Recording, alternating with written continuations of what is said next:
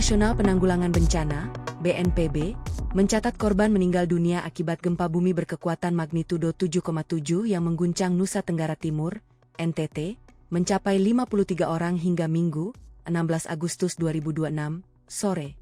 Deputi Bidang Pencegahan BNPB Abdul Muhari mengatakan, selain korban meninggal, sebanyak 135 orang mengalami luka-luka akibat bencana tersebut. BNPB juga mencatat kerusakan pada sejumlah rumah warga. Sebanyak 154 unit rumah mengalami rusak berat, 49 unit rusak sedang, dan 38 unit lainnya mengalami rusak ringan. Menurut Abdul, sebagian warga masih memilih bertahan di lokasi pengungsian. Kondisi tersebut terjadi karena warga masih mengalami trauma setelah gempa utama dan terus merasakan getaran gempa susulan. Di tengah situasi tersebut, aktivitas seismik di wilayah terdampak masih berlangsung. BNPB mencatat telah terjadi 995 kali gempa susulan sejak gempa utama mengguncang NTT. Meski demikian, tidak seluruh gempa susulan tersebut dirasakan masyarakat. Dari 995 kali gempa susulan, hanya 46 kejadian yang dirasakan warga. Abdul menjelaskan, gempa susulan merupakan bagian dari proses alamiah setelah terjadinya gempa utama.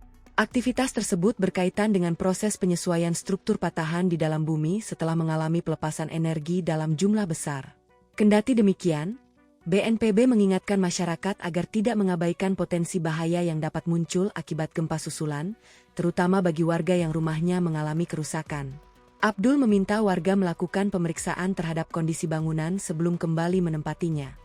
Pemeriksaan terutama perlu dilakukan terhadap bagian struktur bangunan yang mengalami retakan atau kerusakan akibat guncangan. Apabila ditemukan kerusakan, masyarakat diminta tidak memaksakan diri masuk atau tinggal di dalam bangunan tersebut. Warga juga diminta segera melaporkan kondisi rumah kepada aparat setempat agar dapat dilakukan penanganan lebih lanjut.